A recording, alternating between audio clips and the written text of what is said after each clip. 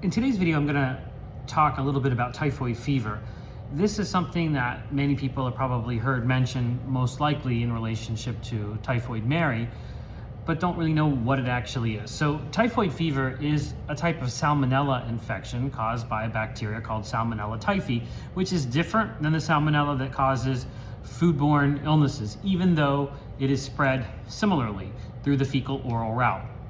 But typhoid fever is more serious. It's a systemic infection, and it can be characterized by fevers, chills, abdominal pain, rashes, and it can spread, as I said, everywhere, and people can die from systemic sepsis from typhoid fever. And it is responsible for many deaths, many illnesses all around the world, and was quite common in the United States until we got better with sanitation.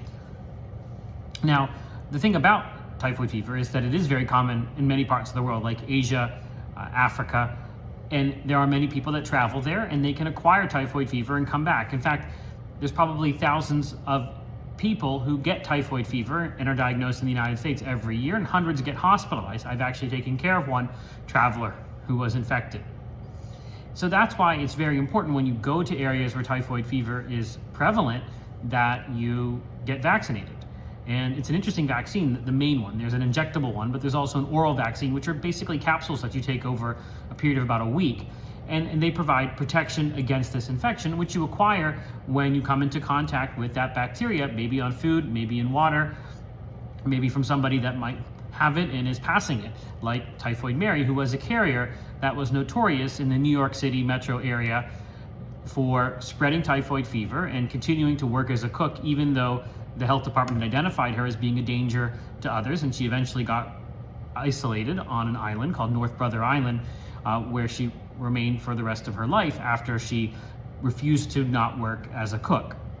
There have been major typhoid outbreaks in the United States as well. There was a really big one in Ithaca near Cornell University about 100 or so years ago. So this is something that is really important. Even in my hometown, actually, of Butler, Pennsylvania, there was a typhoid outbreak in the early 1900s. So this is something that the United States had. Sanitation helped decrease it. Antibiotics help decrease its ability to cause severe disease. But think about it when you're traveling to places. Look and see, do you need to have a typhoid fever vaccine? It's a simple vaccine that prevents you from getting what could be a serious illness.